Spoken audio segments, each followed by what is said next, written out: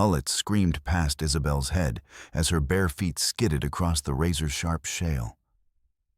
The cliff edge rushed toward her, 100-foot drop into the Thunder Peak ravine, yawning like a hungry mouth.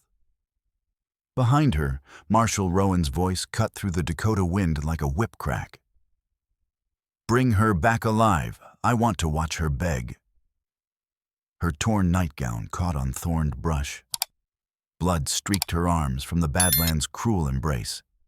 Each breath burned in her lungs as she stumbled toward the precipice, Marshal's riders closing the distance with every heartbeat. The cliff edge crumbled under her feet. For one terrifying moment, she teetered on the brink arms, windmilling against the vast emptiness. Far below, mist swirled through ancient stone formations like ghostly fingers. In that suspended instant between life and death, her mother's voice echoed across 20 years, "Mo store mo crowy, you're safe with me." The Irish lullaby her mother sang during Dakota blizzards, when wolves howled beyond their cabin walls. Mama's gentle hands braiding her auburn hair. The silver locket with its strange symbols that Mama said would protect her always. A gunshot cracked behind her. The bullet chipped stone inches from her shoulder. Isabel jumped. The fall lasted forever and no time at all. Wind tore at her hair as the ravine walls blurred past. She hit the slope hard, tumbling through loose scree and thorned undergrowth. Her shoulders slammed against an outcropping, spinning her sideways. Blood filled her mouth as she rolled, crashed, and finally slid to a stop against a cluster of boulders. Consciousness flickered.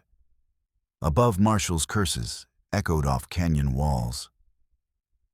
"Find another way down. She's mine, you hear me, mine." Through the haze of pain, Isabel saw a shadow move between the rocks. A man emerged from what seemed solid stone, tall, lean, with obsidian hair and copper skin marked by ritual scars. His dark eyes assessed her injuries with clinical precision. "Can you move?" His voice carried the weight of mountains. She tried to speak, coughed blood instead. The stranger knelt beside her strong hands, checking for broken bones with practiced efficiency. A Cheyenne warrior, she realized. The very people Marshall had sworn to exterminate. "They will find another path," he said quietly. "We must go now." Before she could protest, he lifted her with surprising gentleness. Her vision blurred as he carried her toward what appeared to be solid rock face. But as they approached, she saw the cleverly concealed entrance, a narrow cleft, hidden behind fallen stones and twisted juniper. They slipped through the opening into absolute darkness. The cave breathed around them alive, with the whisper of underground streams and the flutter of bat wings. Her rescuer moved with perfect confidence through the labyrinth, his moccasined feet silent on worn stone. The passage twisted and descended, branching into multiple tunnels that seemed to honeycomb the entire mountain. "Who are you?" she whispered. "Red Elk, son of Singing Bird." His words carried pain. She recognized the ache of loss, of guilt too heavy to bear. They emerged into a vast chamber, lit by shafts of sunlight, filtering through cracks high above. Ancient paintings covered the walls in ochre and charcoal, buffalo hunts, vision quests, and scenes of a great battle between light and shadow. But it was the central image that stopped her breath, a woman with auburn hair and pale skin, surrounded by Cheyenne symbols of protection. "Singing Bird," Red Elk said softly. "My mother." Isabel's hand flew to her throat, to the silver locket that had never left her neck. The symbols etched into its surface matched those painted around the mysterious woman. "My mother died when I was 7, she whispered. "Cholera, they said, but she used to sing to me." The Irish lullaby rose unbidden to her lips. "Mo store mo crowy, you're safe with me." Red Elk's eyes widened. His voice broke like a man receiving a mortal wound. "Molly O'Brien, the seamstress who came to teach Cheyenne women white women's ways. She married my father and the old ceremony bore me before the sickness took her. But she had another child, Isabel Brennan. The words felt strange on her tongue. The family that took me after Mama died, they changed my name from O'Brien. Brother and sister stared at each other across the sacred chamber, separated by 20 years, and two worlds united by blood, and a mother's final gift, the locket that had led Isabel to the only place of safety for 100 miles. Marshall killed our mother. Red Elk said, his voice steady as bedrock. Not cholera. Poison.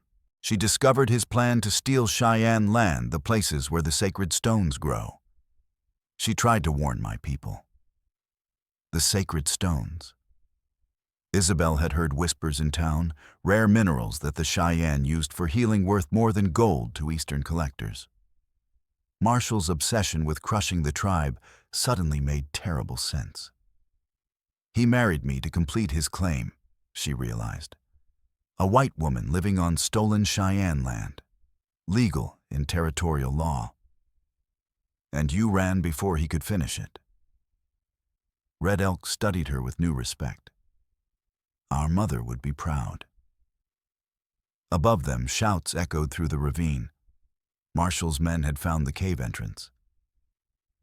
There are other ways, Red Elk said, shouldering a rifle that seemed to materialize from the shadows. Tunnels that lead deep into the mountain, to places my people have hidden for generations. But first, you must choose. Choose. Return to Marshall. Live as his property, silent about what you know, or come with me and fight for the truth our mother died protecting. The shouting grew closer. Soon they would be trapped. Isabel touched the locket, feeling the strength of generations of Irish women who had faced impossible odds. Her mother's voice whispered through memory, "You're safe with me, Mo Store. Always safe with me." "I choose the truth," she said. Red Elk smiled for the first time since she'd met him. Then we go deeper. To Thunder Peak's heart, where Standing Bear waits with our warriors. It's time Marshall learned the price of spilling sacred blood. They plunged into the mountain's depths as Marshall's curses echoed behind them. The tunnel system was a marvel of natural architecture and Cheyenne engineering. Passages carved by ancient waters had been expanded and connected by generations of tribal engineers, creating a network that stretched for miles beneath the badlands. Red Elk led her through chambers decorated with pictographs that told the history of his people migrations across vast grasslands, battles with enemy tribes, and the coming of the white man, like a storm cloud across the horizon. Water dripped steadily in the darkness, wearing stone smooth as silk. The air grew cooler as they descended, carrying scents of mineral springs and sacred herbs that the Cheyenne used for healing ceremonies. In places, the tunnel walls glowed with phosphorescent minerals that provided just enough light to navigate by. These stones, Red Elk explained as they paused beside a particularly bright deposit, are what Marshall truly wants. To him, they're valuable curiosities for Eastern museums. To us, they're the Earth's blood medicine for body and spirit. Isabel ran her fingers across the luminous surface. The stone felt warm, almost alive. He killed our mother for rocks. For what the rocks represent. Proof that Cheyenne knowledge has value. If we can heal with stones, if we understand the Earth's secrets, then we're not the savages he claims we are. His entire justification for genocide crumbles. They continued deeper, passing side chambers where Cheyenne families had taken refuge. Children watched them with wide, curious eyes while their mothers worked at traditional crafts. Old men tended sacred fires, chanting prayers that echoed hauntingly through the stone corridors. "How many?" Isabel asked. 200 souls. All that remains of 3 villages Marshall burned. Red Elk's jaw tightened. He blamed us for cattle theft, convinced the territorial governor we were dangerous. The truth, his own men stole the cattle, then planted evidence in our camps. Can you prove it? Red Elk's smile was sharp as a knife blade.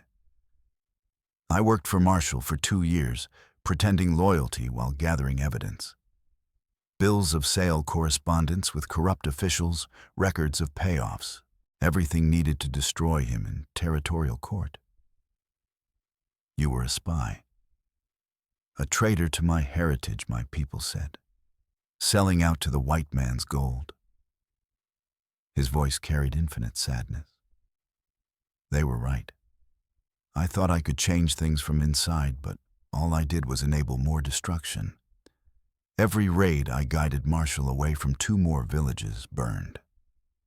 They emerged into another vast chamber, this one lit by oil lamps and bustling with activity.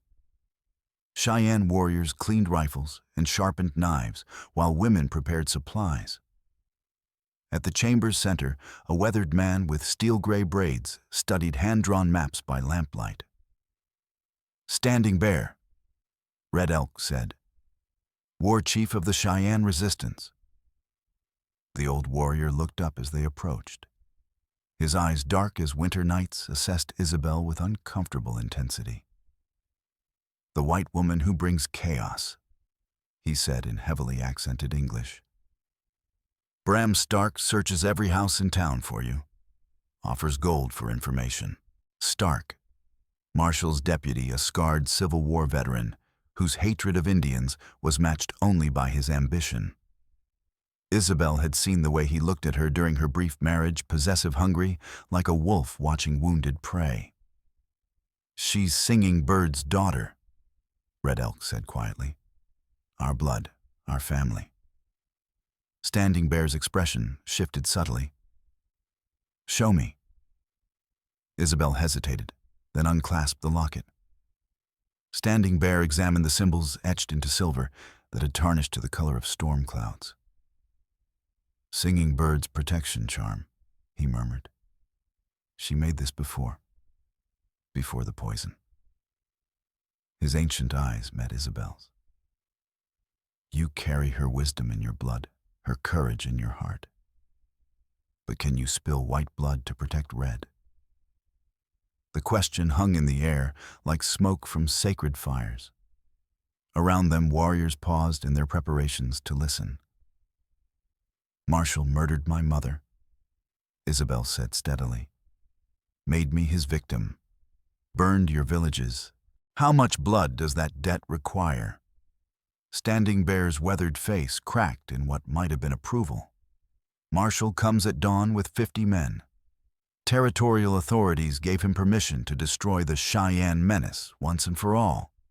He knows we're here. How? Someone told him. Standing Bear's gaze shifted to Red Elk.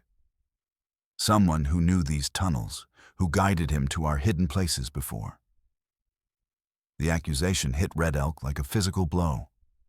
Several warriors stepped forward, hands moving to weapon hilts. I haven't spoken to Marshall in months, Red Elk protested.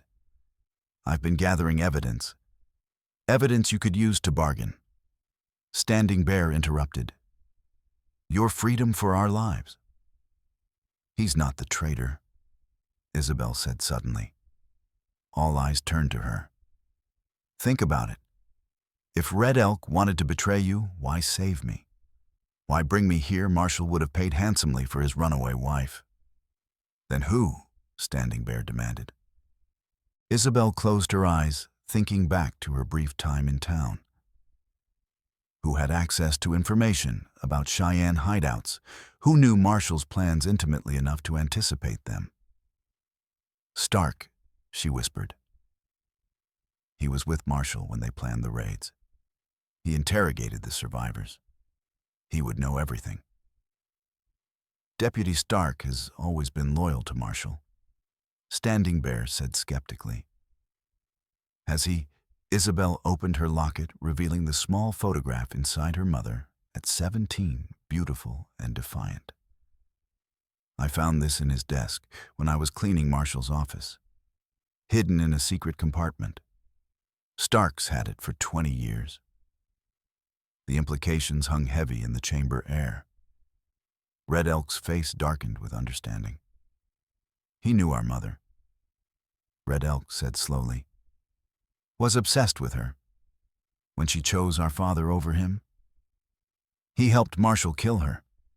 Isabel finished. And now he wants Marshall's wife as compensation. But not just any wife. Singing Bird's daughter. Standing Bear studied the photograph with new interest. A man driven by old hunger makes dangerous choices. Perhaps we can use this hunger against him. What do you mean? The war chief smiled, and it wasn't entirely pleasant. If Stark wants Singing Bird's daughter so badly, perhaps he should have her. Long enough for us to destroy his master and recover our sacred lands. Isabel felt ice form in her stomach. You want me to go back? Not back to Marshall, Standing Bear clarified. To Stark. Convince him you've escaped Marshall but need his protection. Make him believe you're grateful, vulnerable. While he's distracted by old obsessions, our warriors will surround the ranch. It's too dangerous, Red Elk protested. If Stark suspects, he won't, Isabel said quietly. Not if I give him what he's wanted for 20 years. She looked at her brother, seeing the pain in his eyes. How many more will die if we do nothing? How many children will never see their families again? There has to be another way. There is no other way. The words exploded from her with surprising force. Marshall has territorial authority, government backing, public support. The only way to stop him is to turn his own weapons against him. Greed, corruption, the obsessions that drive men like Stark. Standing Bear nodded approvingly. Singing Bird's fire burns in this one. Very well. At dawn you will return to town. Red Elk and our fastest riders will be watching, ready to strike when Marshall is vulnerable. And if something goes wrong, Red Elk asked, then we die fighting instead of hiding. Standing Bear replied, as warriors should. They spent the remaining hours planning. The tribal council produced detailed maps of Marshall's ranch, marking defensive positions, guard rotations, and escape routes. Isabel memorized every detail. While Red Elk cleaned his rifle with mechanical precision, his face a mask of controlled fury. As false dawn lightened the eastern sky, they prepared to part. Red Elk pressed a small carved stone into her palm, a bear claw symbol of protection and courage. Our mother's spirit watches over you, he said softly, as I will be watching. Isabel clasped the stone tightly, feeling its warmth against her skin. When this is over, will you teach me about her, our father? The Cheyenne ways I never learned. When this is over, we'll build a new world where such knowledge isn't dangerous to possess. Red Elk promised. She left Thunder Peak as the sun crested the Badlands, riding a stolen horse toward the town that had never felt like home. Behind her, the sacred mountain kept its ancient secrets, while deep in its heart, warriors prepared for battle. The ride to town took 2 hours across terrain that would have challenged an experienced frontiersman. Isabel's stolen mount, a sturdy paint mare, picked her way carefully through arroyos and across stone flats where one misstep could mean a broken leg and certain death. The early morning air carried the scent of sage and distant rain, while overhead turkey vultures rode thermals in lazy circles. She used the time to construct her story. She would tell Stark that she'd escaped Marshall's men in the Badlands, spent the night hiding in a shepherd's abandoned shack, and was now seeking protection from the only lawman in the territory. The key was appearing vulnerable without seeming helpless. Stark's obsession with her mother suggested he was drawn to strength as much as beauty. The town of Broken Creek squatted in a valley like a collection of weathered bones. 3 streets lined with false front buildings, a church with a crooked steeple, and the territorial courthouse where justice was bought and sold like whiskey. Marshall's influence was everywhere, in the well-fed look of his supporters, the fearful glances of those who opposed him, and the territorial flag that flew above his ranch just outside town. Isabel guided her horse down Main Street as the town began stirring to life. Shopkeepers swept their porches while casting nervous glances toward the Badlands. Everyone knew Marshall was planning something big. The question was whether they would support it or simply look the other way. She found Stark at the territorial office, a squat building that served as courthouse, jail, and administrative center. Through the window, she could see him poring over papers by lamplight, his scarred face etched with concentration. When she knocked, he looked up with the quick alertness of a man who lived with constant danger. "Mrs. Rowan." His voice carried surprise and something else, hunger carefully controlled. "We've been looking for you." "I know." She made her voice small, frightened. "I've been hiding in the Badlands. Marshall's men, they were shooting at me." Stark's eyes darkened. "Come inside. You're safe now." The office was spartanly furnished: a desk, 2 chairs, a gun rack lined with rifles, and a wall map of the territory marked with pins showing Cheyenne activity. But it was the small items that revealed Stark's true nature: a pressed flower in a frame, a woman's handkerchief carefully preserved, and a daguerreotype that made Isabel's breath catch. Her mother, younger, smiling, posed outside what looked like a mission school. Written on the back in faded ink: "For Bram, with fondest regards, Molly O'Brien." "You knew her," Isabel said softly. Stark followed her gaze to the photograph. For a moment, his carefully maintained composure cracked, revealing the obsessed young man he'd once been. "I loved her," he said simply, "from the moment she arrived to teach at the mission. But she chose differently. Threw away civilization for a savage. My father wasn't a savage. Your father..." Stark's eyes widened. "You're Singing Bird's daughter." Isabel let truth ring in her voice. "The child she had before she met your Marshall. It was a calculated risk, rewriting history to serve her purposes. But Stark's obsession with her mother ran so deep, he would believe what he wanted to believe." "I knew it," he whispered. "The resemblance. The way you carry yourself. You're everything she was, everything she could have been if not for that Indian."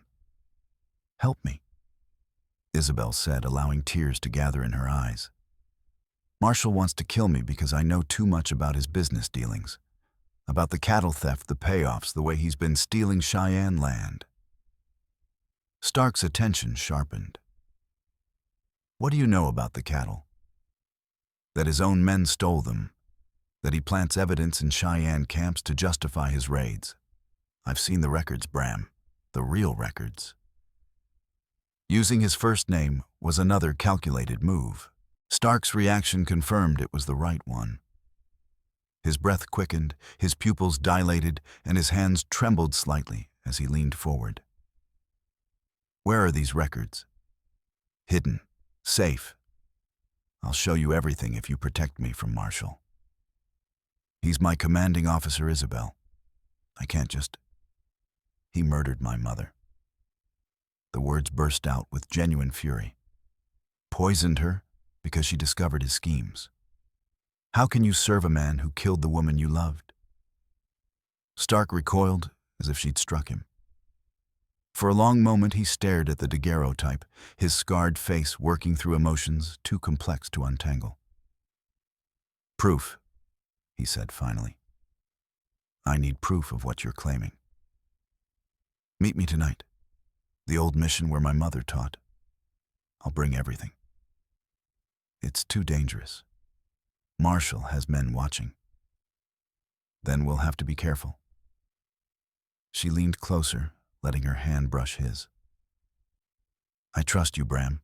You're the only one who understands what she meant what her legacy should be. Stark's resolve crumbled like sand in a storm. Tonight, then, after midnight. But if this is some kind of trap, it's not a trap, it's justice. She left him staring at the photograph, his world tilted on its axis by the possibility of finally claiming what he'd wanted for 20 years. As she walked back into the morning sunlight, Isabel felt the weight of her deception. But it was a necessary weight, the price of justice for her mother and freedom for her people.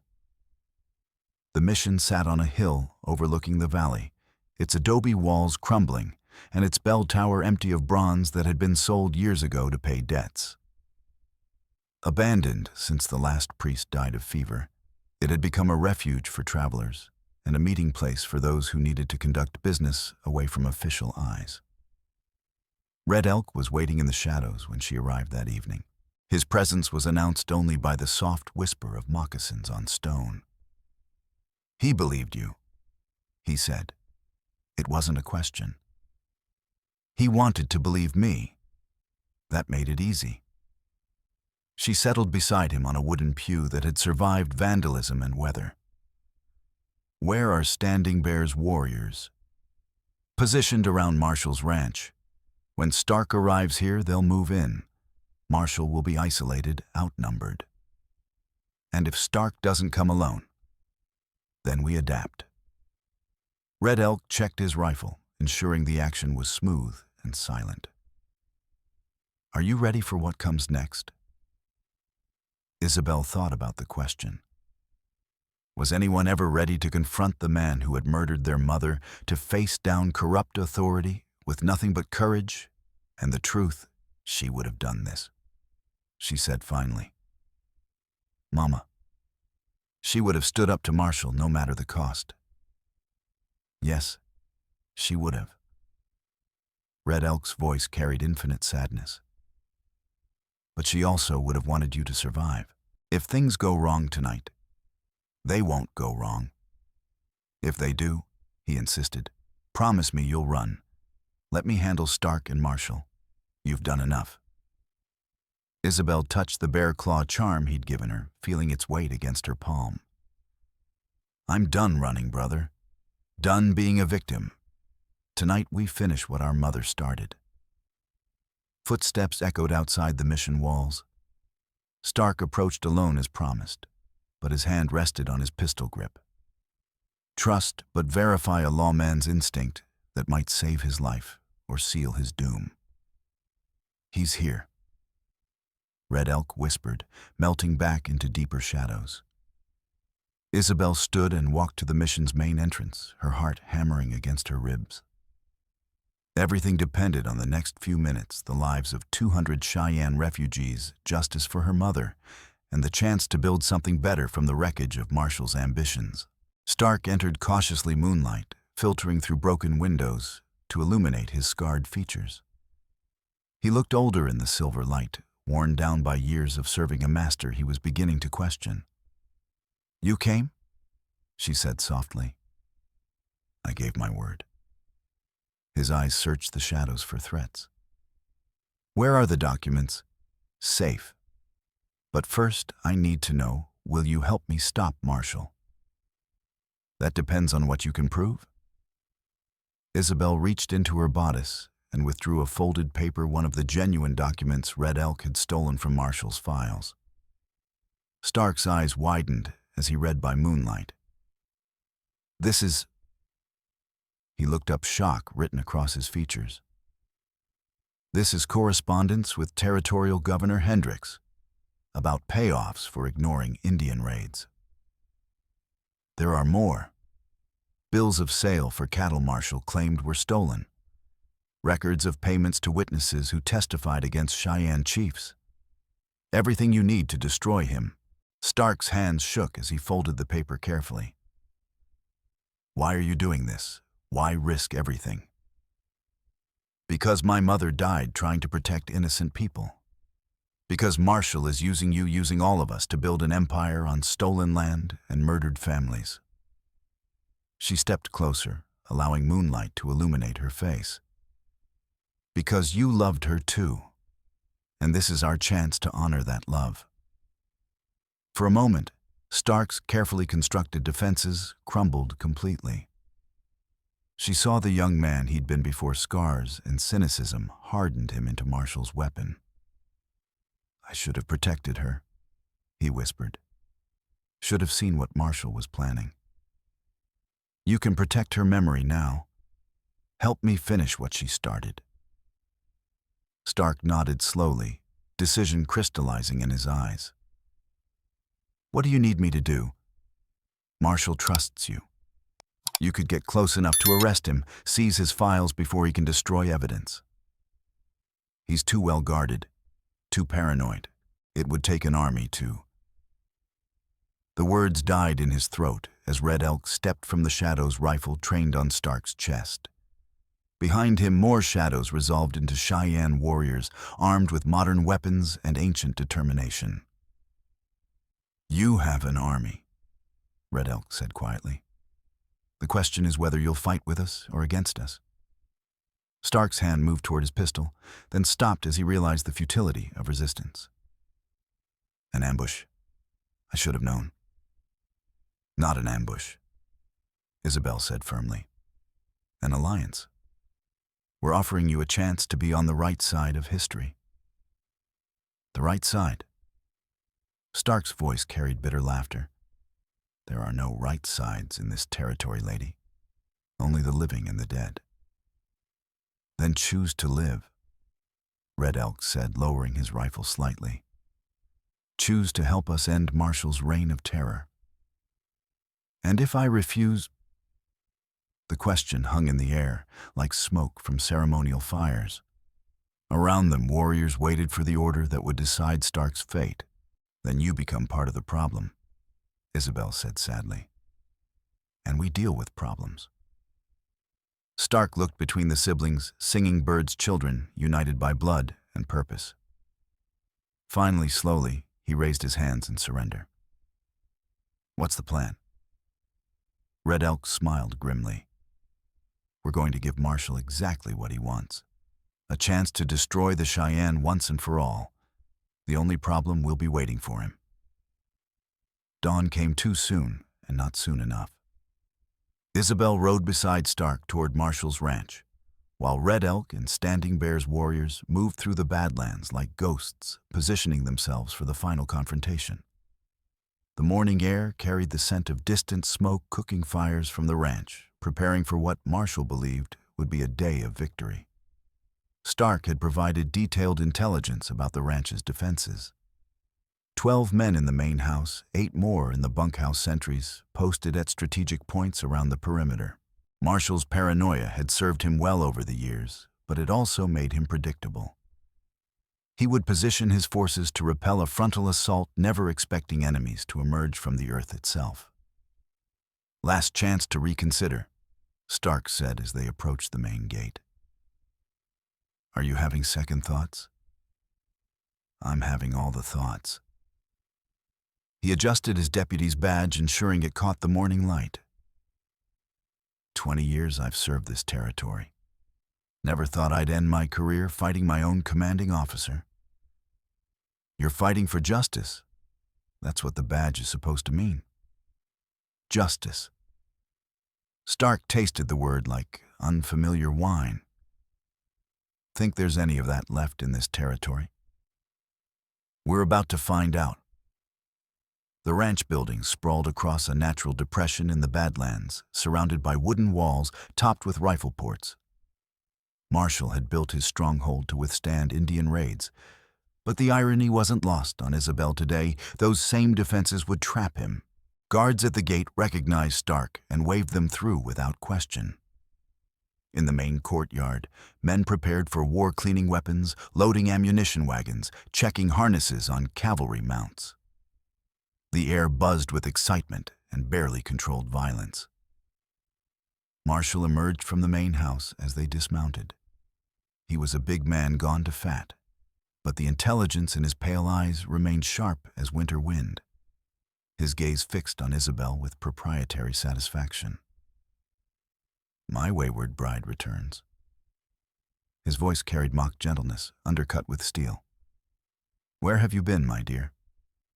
In the badlands, she replied, making her voice small and defeated. Trying to survive. And failing, it seems. Marshall's smile was a predator's baring of teeth. No matter. You're home now, safe under my protection. She came to me for help. Stark interjected. Found her hiding in an abandoned shepherd's shack, half dead from exposure. Marshall's attention shifted to his deputy, and Isabel saw the calculation behind his eyes. Was Stark's story credible? Could he be trusted with information about the day's mission? Loyal as always, Bram. Take her inside, see that she's fed and cleaned up. We ride against the Cheyenne stronghold in 1 hour. As they walked toward the house, Isabel caught a glimpse of movement on the ridgeline shadows that might have been rocks or ravens or Cheyenne warriors positioning themselves for attack.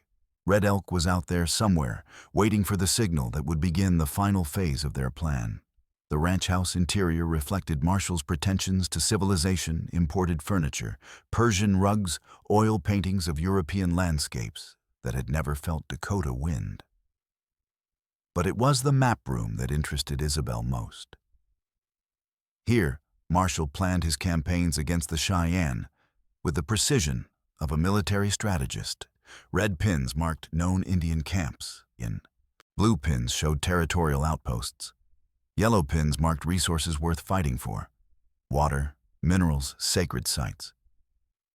It was a war map, and Isabel stood at its center. Impressive, isn't it? Marshall stepped forward, his tone deceptively calm. 20 years of careful planning. By sunset, the Cheyenne will be dealt with for good. Isabel swallowed. All of them? Marshall's gaze was cold, unwavering. No one hiding in Thunder Peak will be left to threaten this territory. The governor has given me full authority to bring peace, permanent peace. But the women and children, they can't be a danger, surely. Marshall smiled thinly. Every root must be pulled if you want a garden to grow. The future belongs to those willing to do what is necessary. After tonight, this land will finally be safe for decent families. The casual way he discussed genocide made Isabel's stomach turn. This was the man she'd been married to, the monster who'd murdered her mother and countless others. But showing her revulsion now would destroy everything. You're very thorough, she managed. I have to be. The Cheyenne are cunning enemies. They've survived this long by adapting, by learning our tactics and turning them against us. But adaptation has limits. Today they face superior numbers, superior weapons, and superior planning. On the map, Marshall's planned route of attack was marked in red ink. A frontal assault on Thunder Peak's main entrance, supported by artillery borrowed from the territorial militia. The plan was militarily sound, but morally monstrous, and it played directly into Red Elk's hands. How do you know they're still in the mountain? Stark asked. My scouts confirmed it this morning. 200 Indians trapped in caves with no escape route, like shooting fish in a barrel. Marshall rolled up the map with satisfied precision. Time to saddle up, Bram. History's calling.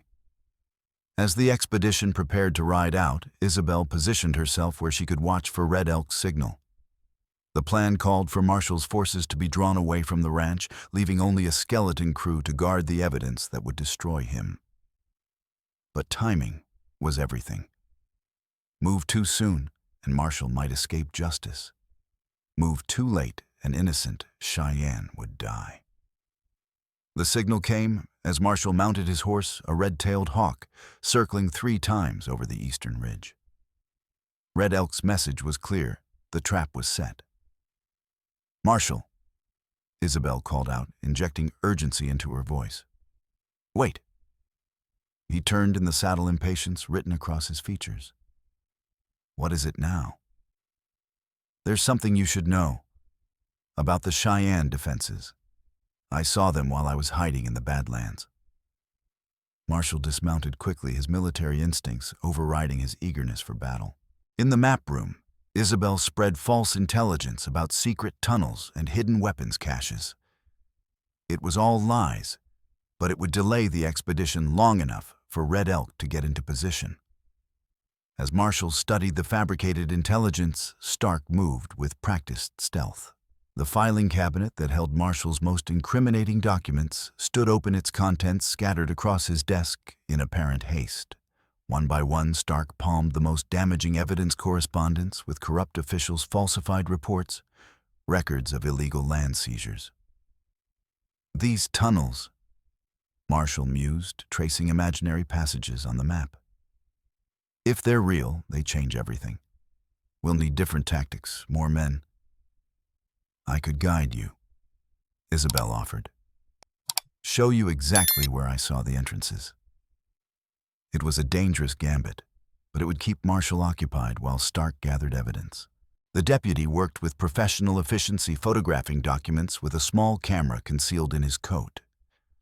Outside, the sound of approaching hoofbeats announced unexpected visitors. Through the window, Isabel saw a dust cloud resolving into Ryder's territorial officials by their uniforms arriving ahead of schedule. Governor Hendricks. Marshall breathed surprise and alarm, warring in his voice. He wasn't supposed to arrive until after the operation. This wasn't part of the plan. Red Elk had anticipated many contingencies, but not a surprise visit from the territorial governor. If Hendricks was part of Marshall's conspiracy, their carefully laid trap might be about to snap shut on them instead. Should I greet him? Stark asked, his hand moving unconsciously toward the stolen documents concealed in his coat. No. Marshall's voice carried new tension. Something's wrong. Hendricks never travels without an escort, never arrives unannounced. His eyes narrowed as suspicion dawned. Unless someone warned him about today's operation. The accusation hung in the air like sulfur smoke. Marshall's gaze shifted between Stark and Isabel, paranoid calculation, replacing confidence. Bram, he said quietly, draw your weapon. Sir. I said draw your weapon. Pointed at my dear wife. Stark hesitated for a heartbeat too long. That moment of hesitation told Marshall everything he needed to know. So, the ranch baron set his own pistol, appearing with practiced speed. The loyal deputy finally shows his true colors. How much did they pay you, Bram? What did they promise? They didn't pay me anything. Stark replied, his weapon now trained on Marshall's chest. Some things can't be bought. Everything can be bought. Everyone has a price. I've built my empire on that principle. Maybe that's where you went wrong. The standoff stretched taut as a bowstring. Outside, Governor Hendricks and his party dismounted, their voices carrying through open windows. Soon they would enter the house, and whatever happened next would determine the fate of everyone involved. You can end this now, Isabel said, her voice cutting through the tension. Surrender. Face trial for your crimes. Show some dignity in defeat. Marshall's laugh was harsh as breaking glass. Dignity from the man who killed his own wife's mother, who built his fortune on stolen land and murdered families. His finger tightened on the trigger. I don't think so. The gun roared in the confined space, but it was Stark who fired first. Marshall staggered backward, clutching his shoulder as blood seeped between his fingers. His own shot went wide, splintering wood paneling behind Isabel's head. For a moment, the ranch baron stared at his deputy in disbelief. 20 years, he whispered. 20 years of loyalty, and this is how you repay me.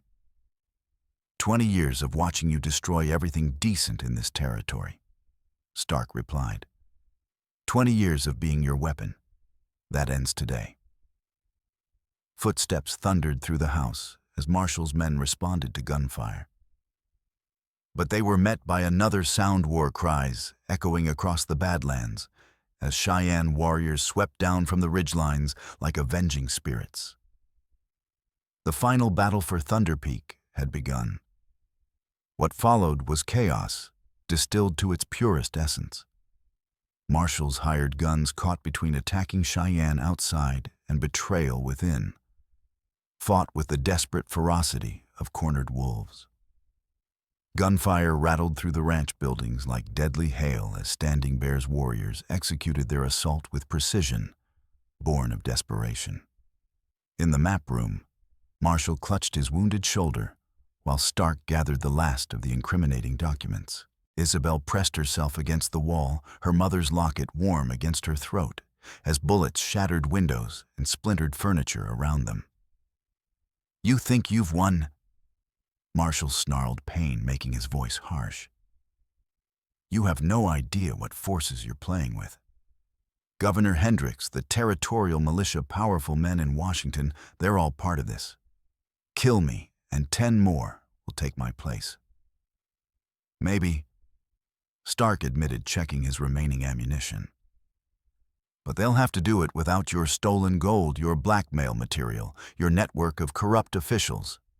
Sometimes destroying the head is enough." Through the gun smoke and chaos, Red Elk appeared like a vision from Cheyenne legend. His war paint streaked with sweat and blood, his rifle smoking from recent action, he moved through the battle with deadly grace. When he saw Isabel pressed against the wall, relief flickered across his stern features. "The governor?" he asked. "Hendricks is clean," Stark replied. "He came to investigate reports of corruption, not to support it. Marshall's been operating without official sanction for months." This news changed everything. If the territorial government wasn't complicit, if Marshall's empire was built on deception rather than conspiracy, then justice might actually be possible. But Marshall wasn't finished. Despite his wound, despite the evidence of his guilt, he had one final card to play. His hand closed around a lever mounted on the wall, a mechanism Isabel had noticed but not understood. "If I can't have this territory," he gasped, "no one can." The lever activated charges placed throughout the ranch buildings. Not enough to kill everyone, but sufficient to destroy evidence, eliminate witnesses, and create chaos in which Marshall might escape. The explosion threw Isabel to the floor as the building shuddered around them. Beams cracked overhead, while plaster rained down like snow. Through the ringing in her ears, she heard Red Elk shouting her name.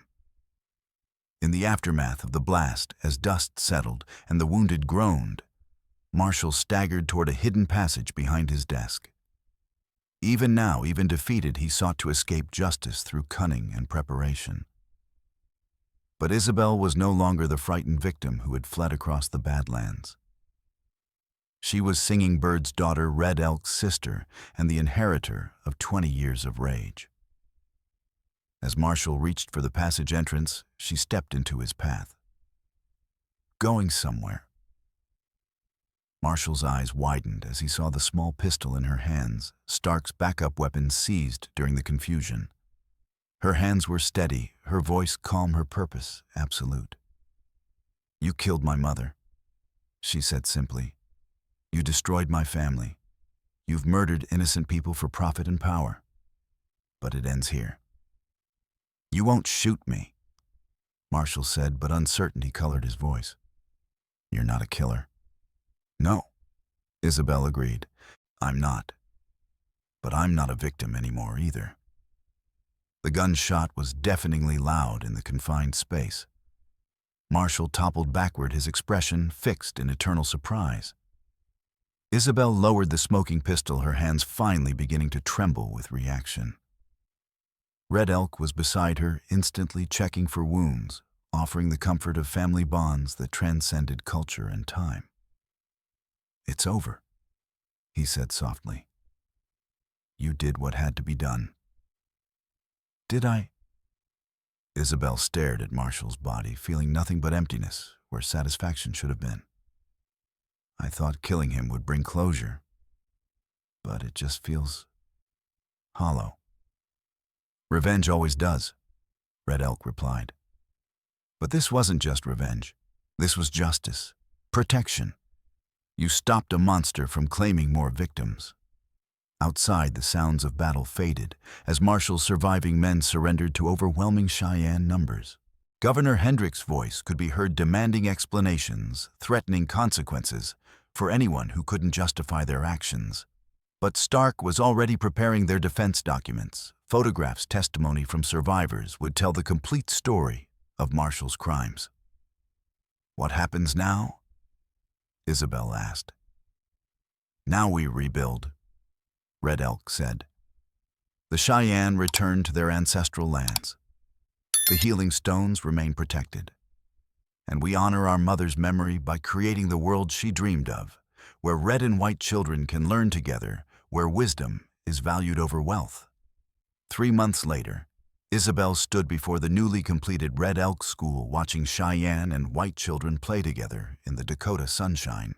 The building was simple but sturdy, constructed with lumber salvaged from Marshall's ranch and decorated with traditional Cheyenne art alongside maps of the wider world. Governor Hendricks had proven surprisingly supportive once he understood the full scope of Marshall's crimes. The territorial investigation had uncovered a network of corruption stretching from local officials to federal contractors, resulting in dozens of arrests and the return of millions of acres to tribal control. Stark had accepted a position as the new territorial marshal, his reputation rehabilitated by his role in exposing the conspiracy. He'd proven surprisingly effective at building bridges between white settlers and Indian communities, perhaps motivated by his desire to honor Singing Bird's memory in the way she would have wanted. But it was the children that gave Isabel the most hope. Cherokee children learning to read alongside Irish immigrants' sons. German farmers' daughters playing games taught by Cheyenne grandmothers. A generation growing up without the prejudices that had poisoned their parents' world. She would be proud, Red Elk said, joining Isabel on the school's front porch. He wore a mixture of traditional and white clothing, buckskin shirt with wool trousers, his long hair braided with both feathers and ribbons. Like the school itself, he represented a bridge between worlds. "I hope so," Isabel replied. She touched her mother's locket, now worn by little Star, dancing the Cheyenne girl, who had become the school's first student and unofficial ambassador between cultures. "Sometimes I wonder what she would think of the choices I made." "You survived. You protected the innocent. You built something lasting from something terrible. Those are her choices, her values living on through you." In the distance, Thunder Peak rose like an eternal sentinel, its caves now open to scholars and scientists studying the healing stones that had sparked so much conflict. The sacred sites remained under Cheyenne protection, but knowledge was being shared, bridging ancient wisdom with modern understanding. "Any regrets?" Red Elk asked. Isabel considered the question seriously. Did she regret killing Marshall? The violence that had ended his reign of terror, the deception and manipulation that had made victory possible. "No," she said finally. "No regrets. Only determination to make it all worthwhile." A child's laughter drifted across the schoolyard, Star dancing, teaching a settler boy to count in Cheyenne, while he showed her how to write English letters in the dust. The sound was like music, like prayer, like promise of better things to come. Isabel smiled and walked inside to prepare for the day's lessons. There was work to be done, a future to build, and her mother's legacy to honor. The Badlands had tested her with fire and blood, but she had emerged tempered like steel, ready for whatever challenges lay ahead. The thunder over Thunder Peak had finally stilled, replaced by the gentler sound of children learning, growing, and healing the wounds of the past. In the end, perhaps, that was the greatest victory of all. Not the defeat of evil, but the creation of good from its ashes. The story of Singing Bird's daughter had become legend in the Dakota Territory, but the woman herself remained focused on the present, on the students who looked to her for guidance, on the community that continued to grow around the simple principle that all children deserved education, regardless of the color of their skin or the language of their prayers. As evening painted the badlands in shades of gold and crimson, Isabel closed the schoolhouse and walked home to the small cabin she shared with her brother. Tomorrow would bring new challenges, new opportunities to build bridges across the cultural divide that had once seemed insurmountable. But tonight, she was content to sit on her porch, watch the stars emerge over Thunder Peak, and listen to her mother's lullaby carried on the prairie wind. Mo Stormo Crowy, you're safe with me. Safe and home, and finally free.